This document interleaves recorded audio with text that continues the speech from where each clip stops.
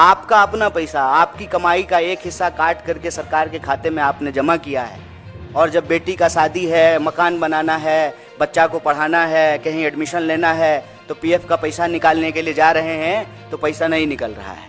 तो हम कह रहे हैं कि जो अच्छी चीज़ है वो अच्छी चीज़ है। जीडीपी बढ़ गया, बहुत बढ़िया बात है। हम बार बार यही सवाल पूछते हैं ना कि 5 ट्रिलियन की।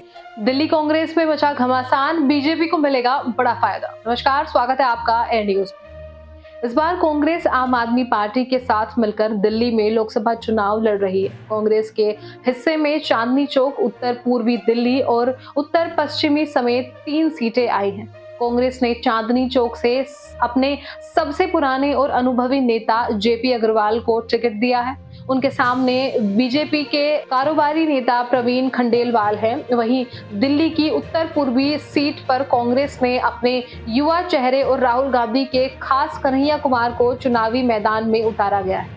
उनके सामने बीजेपी के दिग्गज नेता और मौजूदा सांसद मनोज तिवारी अपना दावा पेश कर रहे हैं। इसके साथ ही दिल्ली की उत्तर पश्चिम सीट से कांग्रेस ने बीजेपी से आए उदित राज को अपना लोकसभा उम्मीदवार बनाया है। उनके सामने बीजेपी के योगेंद्र चंदोलिया मैदान में होंगे। लेकिन दिल्ली कांग्रेस में कुछ भी ठीक नहीं चल रहा है। इससे पहले कांग्रेस को दिल्ली में आपसी कलह की वजह से अपने उम्मीदवारों का नाम तय करने में काफी माथापच्ची करनी पड़ी थी। लेकिन उम्मीदवारों के नाम की घोषणा के बाद भी कांग्रेस की मुश्किलें कम होने की बजाय बढ़ रही हैं। उम्मीदवारों का ऐलान होते ही दिल्ली कांग्रेस की लड़ाई अब खुलकर आमने सामने आने लगी है।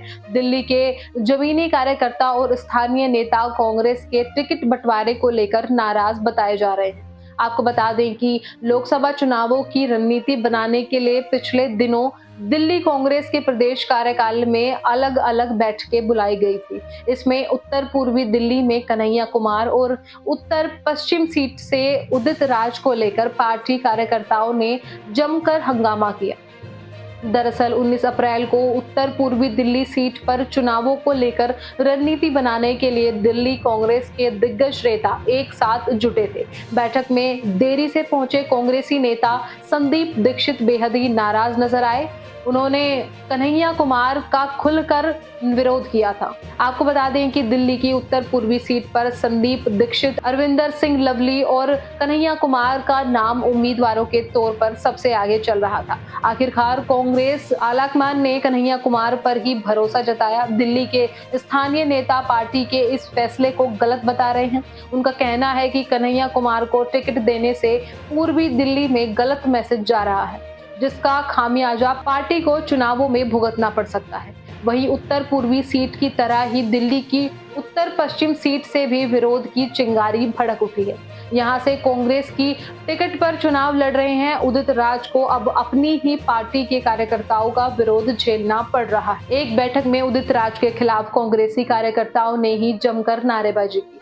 उन्होंने उदित राज पर इलाके की समस्याओं पर ध्यान न देने और उनकी खराब छवि का भी आरोप लगाया। उनका यह भी कहना था कि उदित राज कांग्रेसी नेता और कार्यकर्ताओं से मिलने की बजाय आम आदमी पार्टी के नेताओं के साथ नजदीकियां बढ़ा रहे हैं।